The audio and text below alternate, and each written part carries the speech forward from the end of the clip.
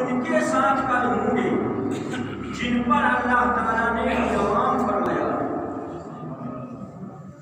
جو اللہ کا فرما بردار، رسول اللہ کا فرما بردار۔ کل قیامت کے دن ان کا حشر کن کے ساتھ ہوگا؟ انعم اللہ علیہم من النبیین، جن پر اللہ نے انعام فرمایا وہ کون ہیں؟ نبیوں کی جماعت ہے، والصدیقین، صدیقوں کی جماعت ہے، والشہداء، اور شہیدوں کی جماعت ہے، والصالحین، اور صالحین کی جماعت ہے، اولیاء کرام کی جماعت ہے، وحسن اولئک رفیقا، اور یہ کتنے ہی اچھے ساتھی ہیں۔ رب فرماتا ہے وحسن اولئک رفیقا، سبحان اللہ، کتنے اچھے ساتھی ہیں۔ رب فرماتا ہے کہ جنہیں نبیوں کی جماعت مل گئی، صدیقوں کا ساتھ مل گیا، شہداء کا ساتھ مل گیا، اولیاء کرام کا ساتھ مل گیا، اور ان کی آخرت اچھی ہو جائے گی، اچھے ساتھی آخرت میں ملیں گے۔ لیکن نبیوں کی جماعت کس کو ملے گی؟ صدیقوں کا ساتھ کل کس کو ملے گا؟ شہیدوں کے ساتھ کل کون ہوگا؟ صالحین و اولیاء کے ساتھ کل کون ہوگا؟ وہی ہوگا جو اللہ اور اس کے رسول کا فرما بردار ہے۔ لوگ سے کہہ دو سبحان اللہ، جو اللہ اور اس کے رسول کا اطاعت گزار ہوگا۔ اس آیت کریمہ کا شان نزول یہ ہے، نبی کریم صلی اللہ علیہ وسلم کی ایک صحابی تھی، حضرت ثوبان رضی اللہ تعالیٰ عنہ، بڑے عاشق رسول تھے، بڑے محب نبی تھے، ہر وقت ان کا جی چاہتا تھا کہ مصطفیٰ جناب محمد صلی اللہ علیہ وسلم کہ چہرہ مبارک کا دیدار کرتا رہا۔ ایک دن نبی کریم صلی اللہ علیہ وسلم کی بارگاہ میں حاضر ہوئے، پریشان، آپ کے چہرے پہ غم کے آثار ہیں، چہرہ پیلا ہو چکا ہے، درد ہو گیا ہے۔ آقا کی بارگاہ میں آئے، آقا نے فرمایا میرے غلام، آج تمہارا چہرہ غمزدہ لگتا ہے، پریشان لگتے ہو، کیا وجہ ہے؟ عرض کیا یا رسول اللہ، یا نبی اللہ، مجھے دنیا کی کوئی تکلیف نہیں ہے، میں بیمار بھی نہیں ہوں، جسمانی اعتبار سے بالکل ٹھیک ہوں، صحیح و سالم ہوں، آقا میرے جسم میں بھی کوئی درد نہیں ہے، کوئی تکلیف نہیں ہے۔ یا رسول اللہ، جب آپ سے جدا ہوتا ہوں، اکیلے میں ہوتا ہوں، آپ کے چہرے کا دیدار نہیں ہوتا تو بیزار ہو جاتا ہوں، تڑپ جاتا ہوں، اور سے کہتا سبحان اللہ۔ یا رسول اللہ، آپ کی جدائی میں برداشت نہیں کر سکتا۔ یا رسول اللہ، دنیا میں جب میرا یہ حال ہے کہ میں آپ کے بغیر رہ نہیں سکتا، آقا میں سوچ رہا ہوں، میرے دل کے اندر بار بار یہ خیال آتا ہے، کل بروز قیامت یا رسول اللہ آپ تو جنت کے اعلیٰ درجے پہ فائز ہوں گے، آپ کا یہ غلام آپ کے وسیلے سے جنت میں تو ہوگا، نہ جانے جنت کے کس کونے میں پڑا ہوگا، لیکن یا رسول اللہ وہاں مجھے آپ کا دیدار کیسے نصیب ہوگا؟ وہاں دیدار آقا کیسے نصیب ہوگا؟ میں اس لیے پریشان ہوں کہ جنت کی ساری بہانے مجھے نہیں چاہیے، جنت کی نعمتیں نہیں چاہیے، بس آپ کے چہرے کا دیدار ہو جائے، وہ سب مجھ سے بڑی چیز ہے میرے لیے۔ بات کرنے لگا یا رسول اللہ، جنت کی نعمتوں میں مجھے کوئی مزہ نہیں جو مزہ آپ کے چہرے کے دیدار کرنے میں۔ آقا علیہ السلام نے جب اپنے غلام یہ واقعہ سماعت فرمایا، مصطفیٰ جناب صلی اللہ علیہ وسلم نے فرمایا میرے غلام گھبرانے کی ضرورت نہیں، پریشان ہونے کی ضرورت نہیں.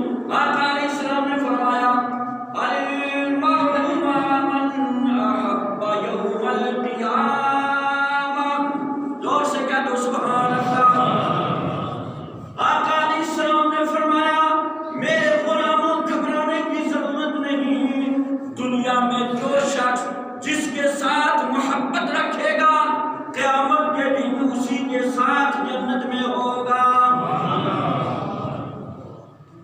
جو جس سے محبت رکھے گا قیامت کے دن اسی کے ساتھ ہوگا. سبحان اللہ سبحان اللہ. اے میرے غلام تم دنیا میں اتنی محبت رکھتے ہو میرے ساتھ, کل قیامت کے دن بھی تم جنت میں میرے ساتھ ہوں گے. اور سے کہا جو سبحان اللہ. نبی کریم صلی اللہ علیہ وسلم نے حضرت ثوبان کی عرض میں اپنے سارے غلاموں کے لیے فرما دیا. سبحان اللہ. حضرت ثوبان ہی نہیں, جو اپنے نبی کا عشق, اپنے نبی کی محبت اپنے سینے میں رکھے گا, اپنے دل میں محبت نبی رکھے گا, انشاءاللہ کل قیامت کے دن اپنے آقا کے ساتھ جنت میں ہوگا. اور سے کہا سبحان اللہ.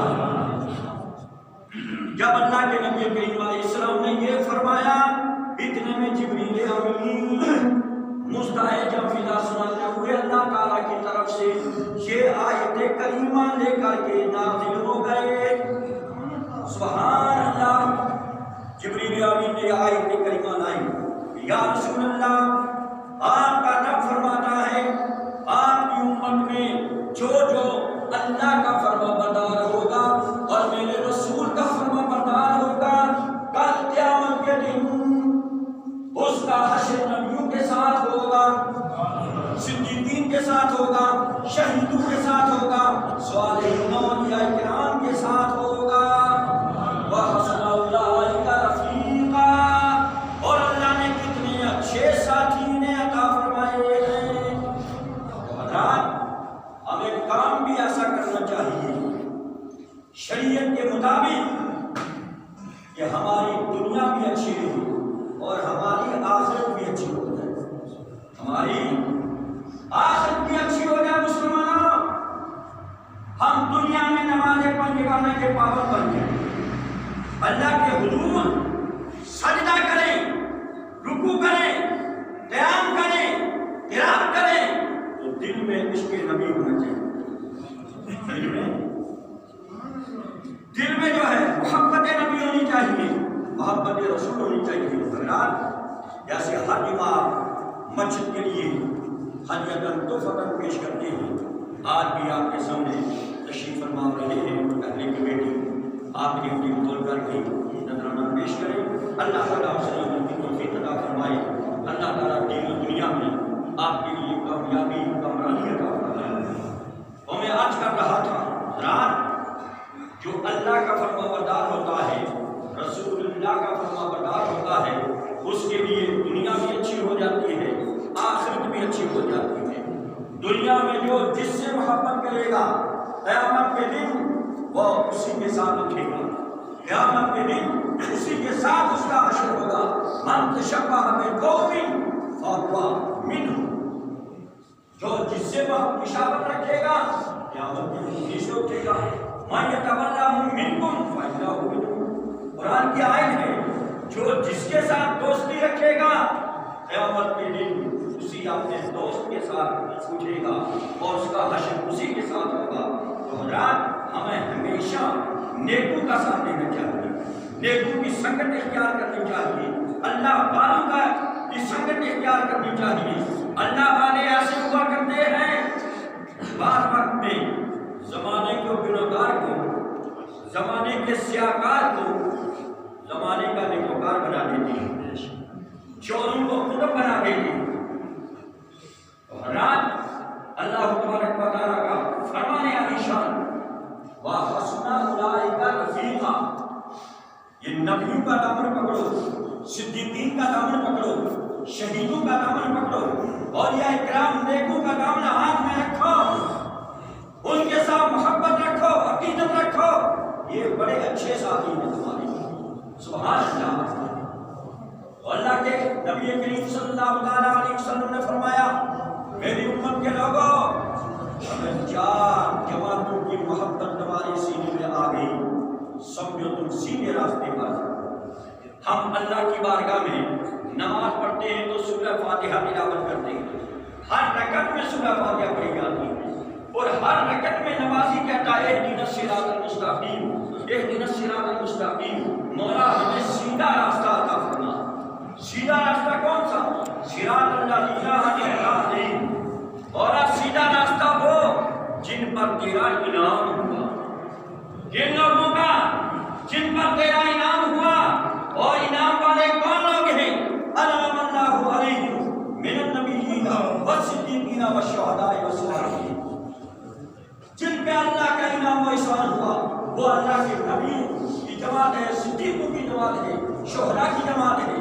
اور اللہ تعالیٰ کے صالحین اولیاء کرام کی جماعت ہے رات ہم اگر نمازی بن جائیں اور وقتہ نمازی بن جائیں گے انشاءاللہ ہماری دنیا بھی کامیاب ہوگی ہماری آخرت بھی کامیاب ہوگی ورنہ مجھے ایک روایت یاد آتی ہے اللہ کے حبیب صلی اللہ علیہ وسلم کی بارگاہ میں ایک شخص روتا ہوا آیا چلاتا ہوا واقعہ کرتا ہوا آیا آقا نے فرمایا نوجوان کیا وجہ ہے یا رسول اللہ میرے باپ کا انتقال ہو گیا ہے ان کے کفن دفن کا انتظام نہیں ہے غریب و مفلس آقا ان کے کفن کا انتظام کر دیجئے مصطفیٰ جنی رحمت صلی اللہ علیہ وسلم نے حضرت صدیق اکبر حضرت عمر فاروق رضی اللہ تعالیٰ عنہ کو بھیجا کہ جاؤ ان کے کفن دفن کا انتظام کرو دونوں صحابہ تشریف لے گئے